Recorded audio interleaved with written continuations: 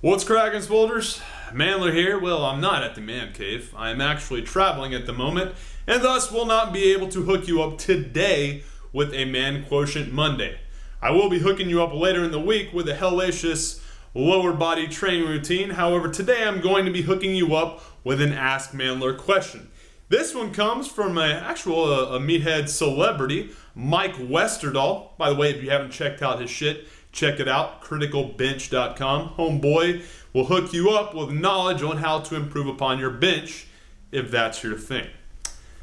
Homeboy wants to know, says, yo, MANdler, want to know your thoughts on whether you think push-ups are a great way to improve either maximal strength or repetitive strength in the bench press. And I get that question a lot, actually, and it's a great question.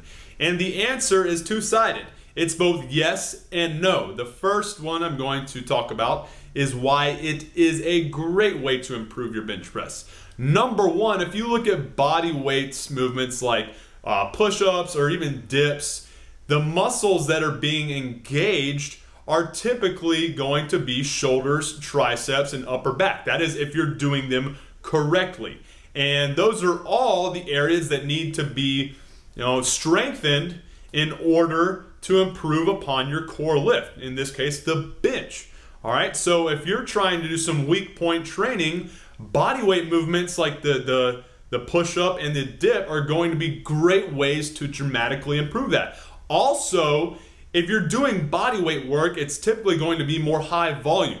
Higher volume with exercises like the dip or the push-up are going to be a great way to dramatically improve upon your GPP, which is your general physical preparedness, as well as your muscular endurance. Those are two great ways, number one, to improve upon any repetitive effort rep test that you might be doing for the bench press, as well as maximal strength. You've got to increase your GPP in order to increase maximal strength as well. So those are the reasons why, yes, a push-up or even a dip would improve upon your bench. Now I'm going to talk about why they will not improve your bench.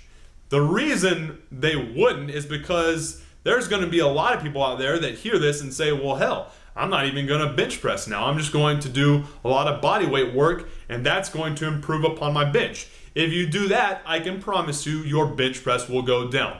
The reason being is that although body weight stuff is great, it's not going to dramatically improve maximal strength unless you do something to improve your maximal strength directly. That's why we want to still do heavy work on the bench, because you're teaching your body, you're getting your body to adapt to lifting heavier weights. And if you just do body weight work all the time, then you're not getting any adaptations from lifting heavier weights. So the really easy and simple answer to this is yes and no. And the best way to make it easier for you is to just do this.